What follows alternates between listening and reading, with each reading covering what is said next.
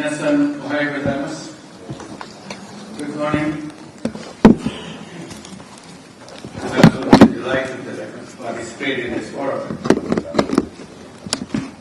Mr. Katsuyoshi Hasuri, President and CEO of Nikkei Incorporation, esteemed leaders and friends from across Asia and the world, distinguished dignitaries, excellencies,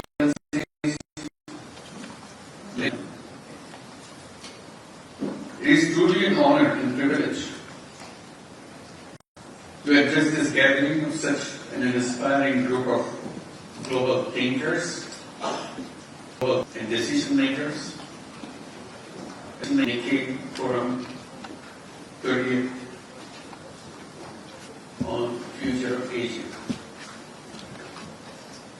Nikkei Forum has over the years become a guiding light of dialogue, vision, and resolve for Asia's future. I thank Mr. Hassan, CEO of Nikkei Incorporation, for inviting me to speak at this prestigious forum. Standing here today brings back some special memories to me.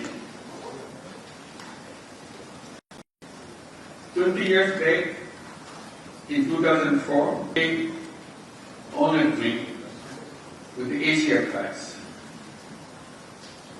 That was an extraordinary, meaningful moment in my life. Since then, I have always felt a personal connection with Japan. Over the years, I've been to Japan many times. Almost every year, I visited Japan. I worked with Japanese universities, met young people all across the country, and shared my ideas and my hopes. I'm deeply moved by how warmly the people of Japan have embraced me and my ideas of social business and microcredit. Excellencies, as we gather here today to reflect on the theme, Asian Challenges in a Turbulent World, I must say that the world is getting increasingly turbulent. A time of great uncertainty. We're witnessing a world where peace is fragile. Tensions are growing, and cooperation is not always guaranteed. Conflicts are erupting in regions in Asia and beyond, with peace becoming elusive. Wars and man-made conflicts are destroying the lives and livelihood of thousands of Ukrainians and people in Gaza and in countries in South and Southeast Asia. In our neighboring country, Myanmar, civil war has taken a brutal turn, and the recent earthquake has pushed an already deep humanitarian crisis into a greater darkness. Very recently, our two neighbors have fought a short but very expensive war. Regrettably, we are spending billions of dollars in fighting wars, leaving millions of our people starving or struggling for basic needs. I thank the leaders of the two countries for agreeing to a ceasefire. And I hope for continued peace, stability, and coexistence in South Asia and beyond. Moreover, millions around the world are being displaced by climate change. Technological advances promise much, yet raise new ethical dilemmas. The rise of trade restrictions continue to challenge the very foundation of the free trade system. Economic inequality inequalities are widening, often within societies as much as between them. Global trust is at risk. Trust is declining between nations, within societies, and even between citizens and institutions. In recent times, we witnessed such divisions, discontent, and instability in Bangladesh, Republic of Korea, that led to regime changes. In Bangladesh, we went through a transformational change by a massive uprising of students in the common people just a few months back. And consequently, my government came into the position to guide the country. We are working hard to fulfill the dreams and aspirations of our people, to ensure justice, equality, freedom, and dignity of people, and prepare for a free, fair, and credible election, aiming at a smooth transition to democracy. We believe this is a chance to correct the wrongs, build new institutions, and realize the dream of a fairer society. Despite multiple domestic challenges, Bangladesh is playing a role in contributing to global peace and security through participation in UN peacekeeping and peace-building missions, and hosting more than 1 million Rohingyas fleeing persecution in their homeland in Myanmar, purely on humanitarian ground. Asia, home to more than half of the humanity, sits at the epicenter of this uncertainty. It is also at the center of possibility at the same time. Challenges we face are formidable, and so is our collective strength. In this reality, I believe Asia has an opportunity, perhaps even responsibility, to show a different path. A path of peace, of dialogue, of inclusive growth. Not just growth in numbers, but growth in people's well-being, in trust, in hope. Distinguished guests, we are not powerless in the face of these challenges.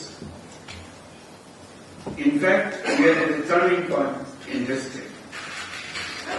The choices we make today will decide what kind of world we leave for our children and grandchildren. That is why we must come together, not just to discuss problems, but to shape solutions. Solutions that are inclusive, fair, and rooted in our shared humanity. I often have been saying, making money is happiness, but making all people happy is super happiness. We need to shift our focus from individual profits to collective well-being, from short-term gain to long-term vision. In my own country, from starting with Grameen Bank, with small loans given to poor women in the villages, to spreading social business ideas, social business ideas across the world, I have learned one thing very clearly. People are not born to suffer. People are born with unlimited potential. We just need to give them the right opportunities. That's where I come and present a simple idea of creating a world of 3 zeros. Zero poverty, zero unemployment, and zero net carbon emissions. This is not a dream. This is the direction. A goal we can all work together. Governments, businesses, universities, and individuals. To get there, we need a new kind of economy. One that is built not only on competition, but also on competition. Not just on consumption, but on care. This is where social business comes in. A business that solves problems, all problems, not just making profits for the persons. Ladies and gentlemen, as we look to the future, I believe Asian nations can work together even more closely to address shared challenges and unlock new opportunities for prosperity and better life. We need to build a clear path towards a shared future and shared prosperity. To this end, we have to work together. First, convert Asia's interdependence into cooperation. Asia's diversity of economies, cultures, and political systems is both a strength and is a test. Our fates are increasingly intertwined. A supply chain disruption in one country ripples across borders. Environmental degradation in one part of Asia affects rainfall patterns in another country. Political instability in one region impacts global energy and trade flows. Our job is to convert this interdependency into cooperation, not conflict. To invest in shared prosperity is not a zero-sum rivalries. Second, forge robust economic and technical cooperation. Asia needs a stronger and sustainable way to finance its development. Regional development banks, financial institutions should take lead in funding our growing needs. Asia is still one of the least connected regions in terms of trade. This lack of integration holds back investment and business opportunities. We must act now to improve trade partnerships across the region. Asia should build a strong technology ecosystem, one that is inclusive, fair, and sustainable. Third, promote inclusion, empowerment, and sustainability. We must not forget the billions who still live on the margins, disconnected from the opportunities, vulnerable to shocks. My life's work has shown that poverty is not created by the poor. It is created by the system, by locking doors for the poor people. We must redesign that system. The world we inherited was built on assumptions of trickle-down economics, centralized control, and the policy of wealth maximization.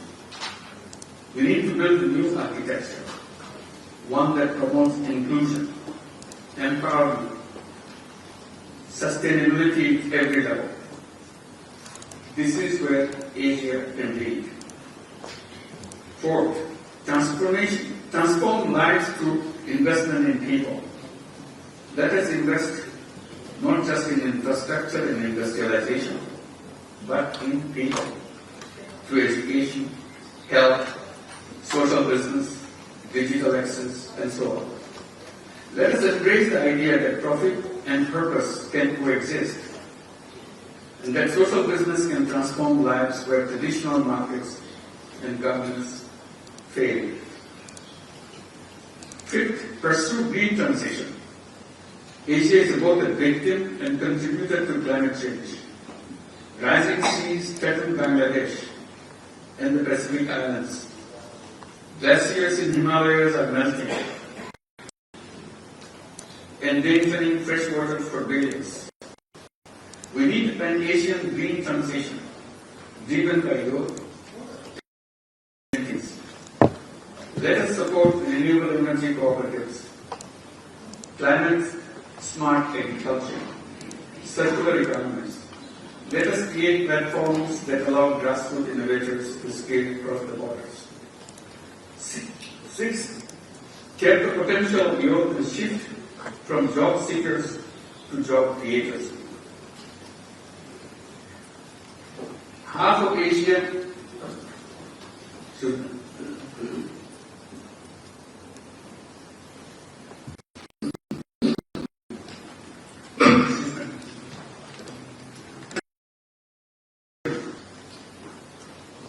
who are Asia's greatest strength.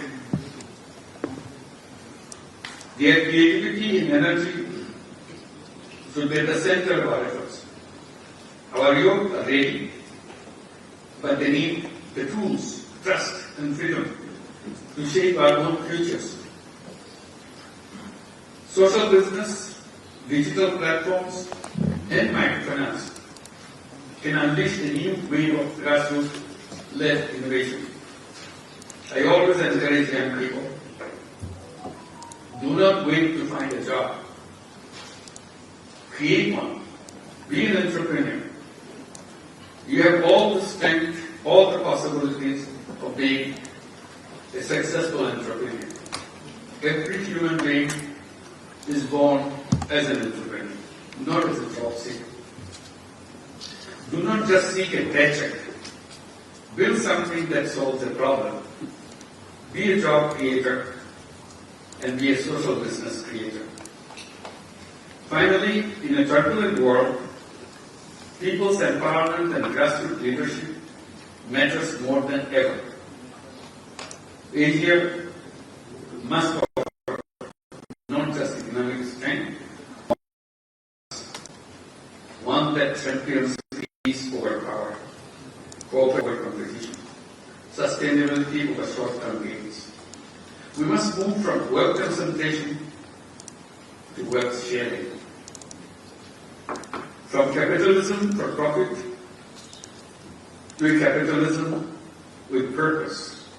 Or may even rename is an economy for the people. It's not capitalism. In my country, Bangladesh, we have seen how social business has uplifted millions. Let that be a lesson.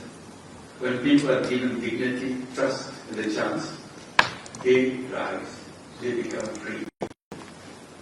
Not just as workers, but as creators, as change makers.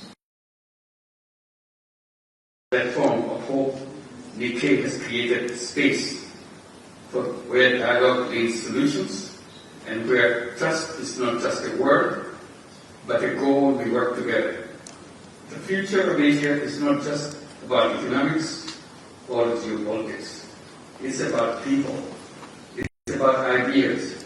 It's about the young people hoping to create a new world, completely different from the world we are born in. And it's about courage and creativity. Let us not be daunted by the turbulence around us. Let us see this as a call to rethink, to rebuild, and to rise together. Let us be guided not by fear, but by possibilities. Not by power, but purpose. Let us have the courage to imagine a better world. Let us trust one another. Let us cooperate. Not because we have to, but because we want to. The future of Asia is not written yet. Let us write it together. A different future. Bangladesh and Japan can work together in rewriting Asia's destiny, even world's destiny. Thank you very much.